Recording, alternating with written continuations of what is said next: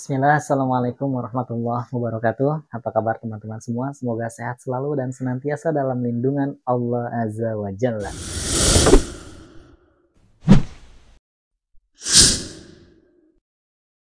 Di video sebelumnya kita sudah menguraikan tentang pencarian harta gaib selama 12 tahun teman-teman. Namun apa yang didapatkan? Tidak ada yang didapatkan sama sekali. Nah, dalam hati kecil sahabat saya dan juga saudaranya ini sebetulnya sudah merasakan kecurigaan bahwa tidak mungkin harta gaib tersebut, harta warisan leluhurnya tersebut bisa didapatkan. Nah, sudah mulai timbul kecurigaan-kecurigaan karena itu adalah hal yang mustahil. Gurunya ini adalah orang lain yang tidak tahu seluk-beluk tentang keluarga sahabat saya, teman-teman. Nah, di situ mulai curiga, masa orang lain yang bukan siapa-siapa keluarganya tahu tentang keberadaan harta warisan leluhur tersebut.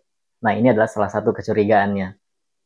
Nah, kemudian sang guru pun sudah merasakan, sudah mulai tahu bahwa sahabat saya dan saudaranya ini sudah mulai curiga. Akhirnya membuatlah sebuah siasat yang baru, teman-teman. Karena pada dasarnya si guru ini tahu bahwa sahabat saya dan juga saudaranya ini pada dasarnya mudah untuk dibohongi. Akhirnya membuat sebuah kebohongan yang baru, teman-teman.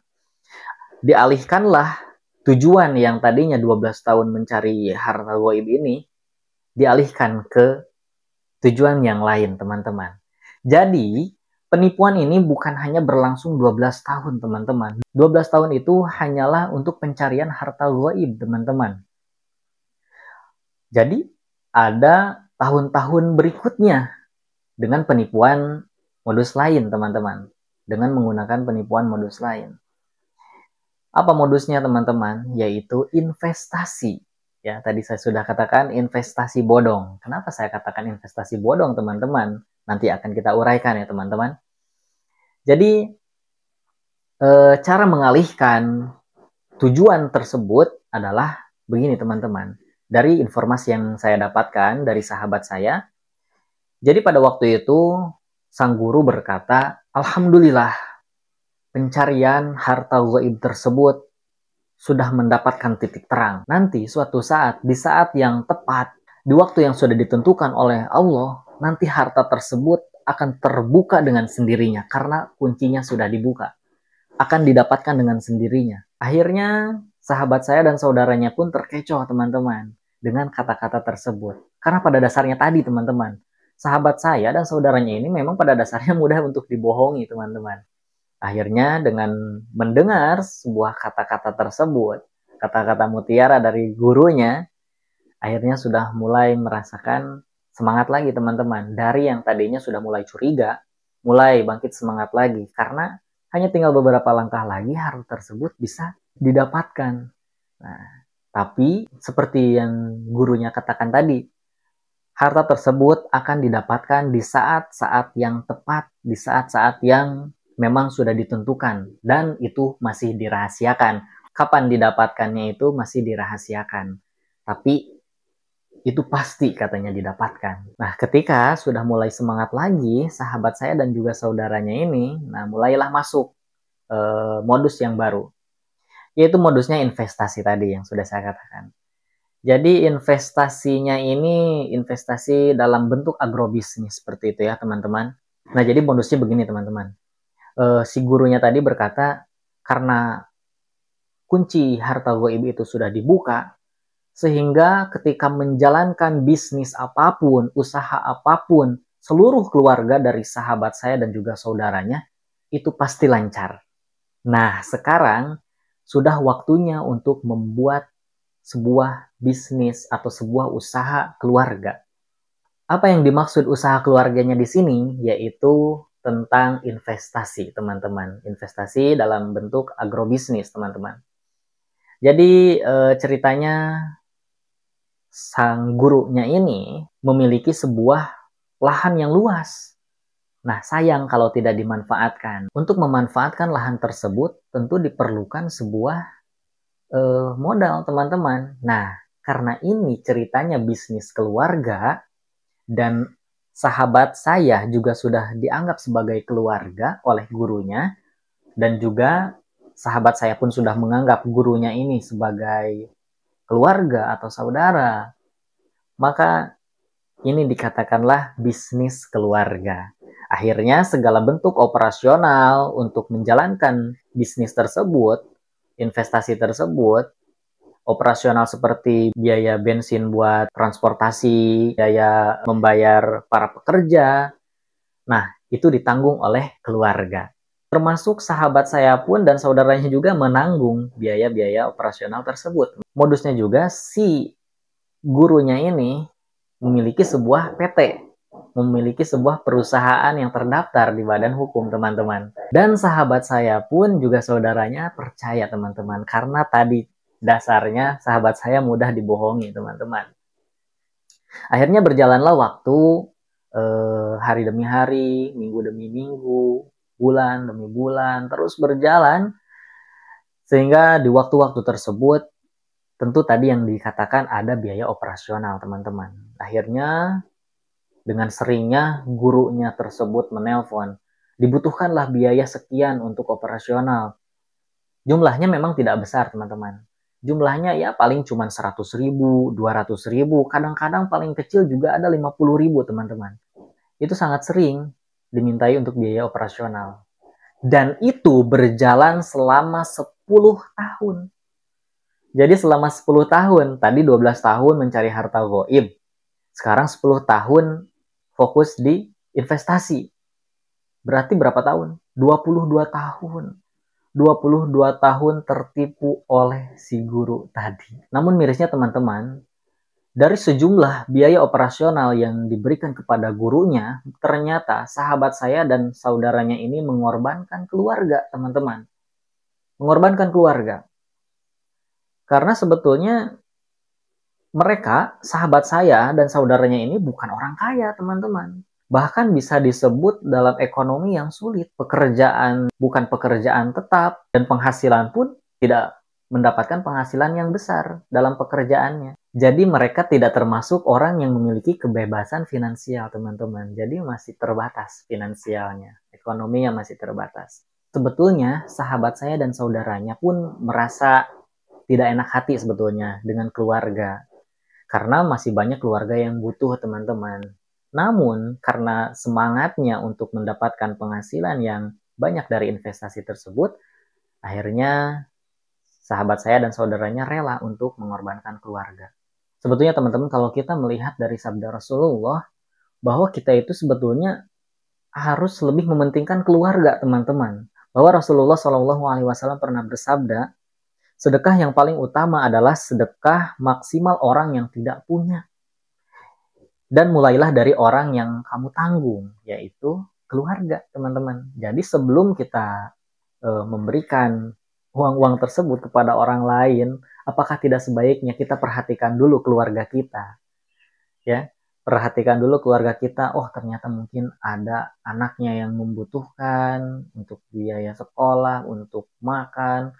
Ya, contoh kecilnya misalkan ada juga saudaranya yang membutuhkan, tapi ini malah diberikan ke orang lain, teman-teman. Malah diberikan ke si penipu tersebut, teman-teman. Padahal dia bukan siapa-siapa. Meskipun sudah dianggap keluarga, tapi dia bukan siapa-siapa, teman-teman. Dia adalah orang lain, teman-teman. Yang harus diperhatikan adalah keluarganya dulu, bukan orang tersebut. Apalagi dia adalah penipu, teman-teman. Nah, lalu sebetulnya, teman-teman, masalah penipuan agrobisnis ini memang sudah banyak terjadi di Indonesia, teman-teman. Dan itu bukan hal yang aneh, sebetulnya sudah banyak lagi-lagi sahabat saya dan saudaranya ketinggalan informasi, teman-teman. Sudah banyak yang tertipu juga sebetulnya, teman-teman ya. Penipuan agrobisnis merupakan jenis penipuan yang sering terjadi di Indonesia. Saya bacakan sebuah berita ya, teman-teman. Jadi penipuan agrobisnis ini memang sudah sering terjadi di Indonesia.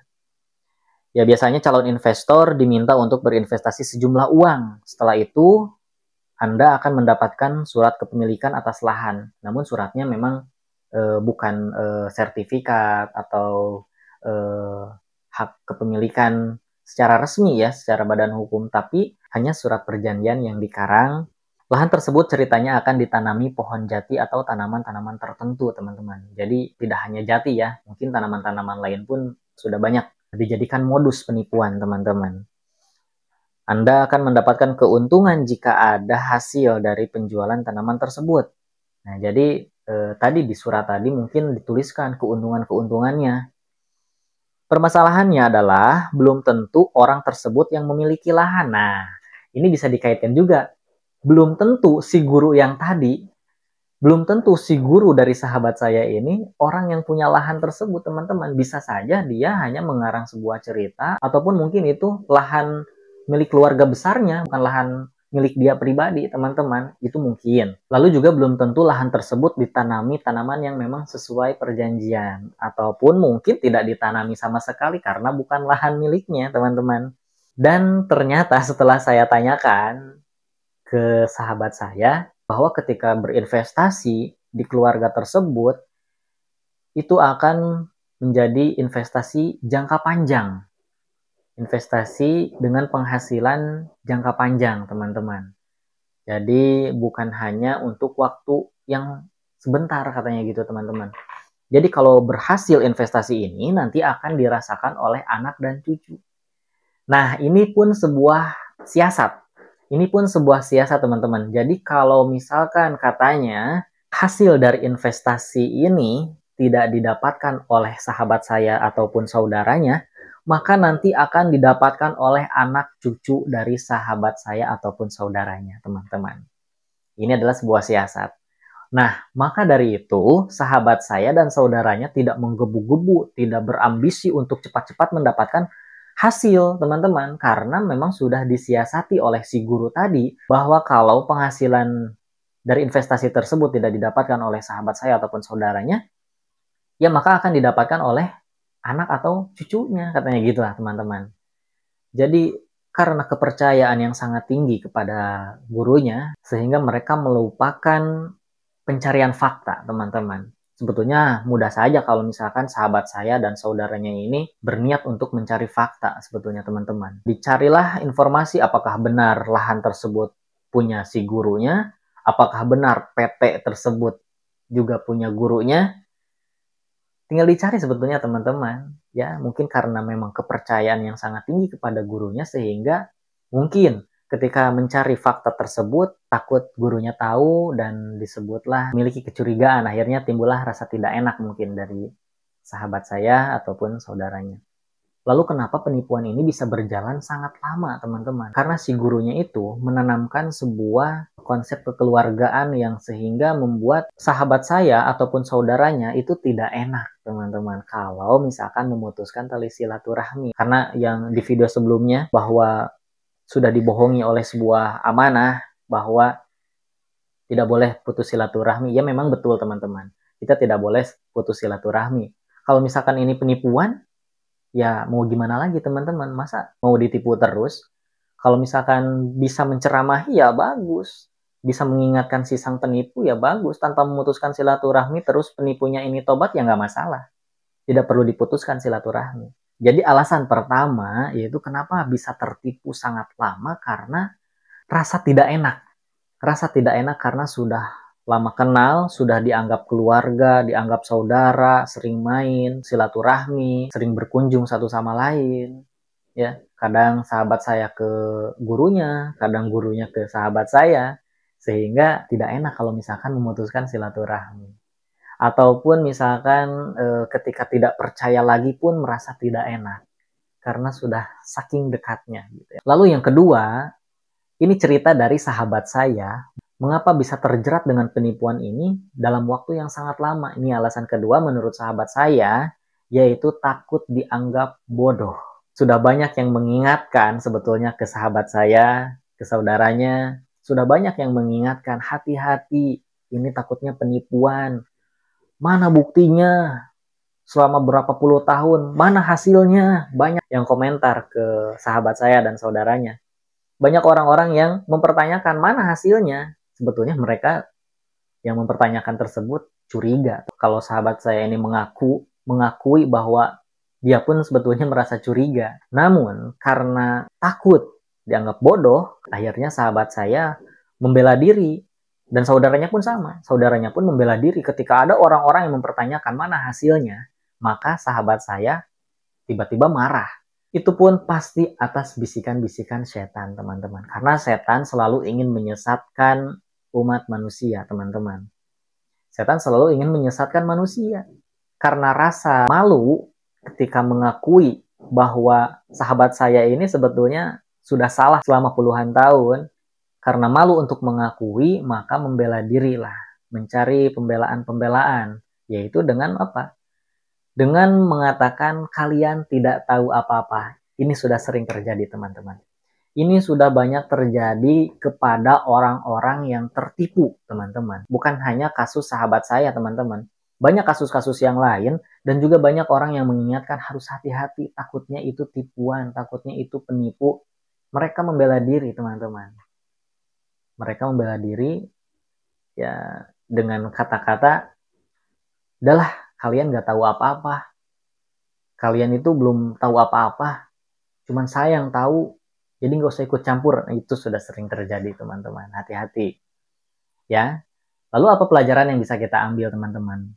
Mengakui kesalahan bukanlah hal yang hina, teman-teman. Mengakui kesalahan itu adalah hal yang mulia, teman-teman. Seandainya sahabat saya dan saudaranya pada saat itu mengakui bahwa dia itu memang sebetulnya merasakan kecurigaan. Dan jika sahabat saya dan juga saudaranya mengakui bahwa ia sebetulnya memang salah, itu adalah hal yang mulia, teman-teman. Ketika seseorang mengakui kesalahannya, itu adalah hal yang sangat luar biasa, teman-teman. Itu pelajaran yang kita ambil, teman-teman. Ya, mungkin tidak akan tertipu sangat lama seperti itu ya, teman-teman, kalau memang misalkan sahabat saya dan saudaranya ini lebih cepat untuk mengakui bahwa dia itu sebetulnya salah, teman-teman. Dan alhamdulillah, teman-teman, Allah memberikan hidayah kepada sahabat saya dan juga saudaranya, teman-teman. Secara bersamaan, mereka mengakui bahwa mereka tertipu. Jadi mereka sadar, teman-teman. Akhirnya mereka meninggalkan gurunya tadi tanpa dilaporkan, teman-teman. Ya, sebetulnya kalau misalkan mau dilaporkan juga itu bisa-bisa saja. Tapi karena kemurahan hati dari sahabat saya dan saudaranya, udahlah. Yang udahlah, biarin. Kita udah ketipu, ya udahlah, biarin. Ya sebetulnya sih kalau memang ingin memberikan pelajaran sih harusnya dilaporin. Cuman ya sudahlah. Karena yang penting sahabat saya dan saudaranya ini sekarang sudah bertaubat. Dari puluhan tahun tersebut, banyak sekali gurunya ini mengajarkan syariat-syariat yang tidak ada dalam Islam, bahkan banyak penyesatan-penyesatan, teman-teman. Ya, alhamdulillah wa syukurillah, akhirnya sahabat saya dan saudaranya sekarang sudah terlepas dari jeratan penipu tersebut, teman-teman. Ya, itulah teman-teman akhir dari cerita penipuan tersebut. Ya, mungkin itu saja yang dapat saya sampaikan di video kali ini. Semoga bermanfaat. Dan juga buat teman-teman yang suka dengan video ini, silahkan tekan tombol like. Dan yang baru mampir, silahkan teman-teman tekan tombol subscribe. Dan jangan lupa untuk nyalakan loncengnya supaya teman-teman bisa mendapatkan update video terbaru di channel ini. Ya teman-teman, semoga kita adalah termasuk orang-orang yang dilindungi oleh Allah. Dan juga semoga kita bukan termasuk orang-orang yang mudah untuk ditipu, teman-teman. Sekian dari saya, mohon maaf bila ada salah-salah kata karena kesalahan adalah dari saya pribadi dan kebenaran hanyalah milik Allah Azza wa Jalla. Akhir kata dari saya, wassalamualaikum warahmatullahi wabarakatuh.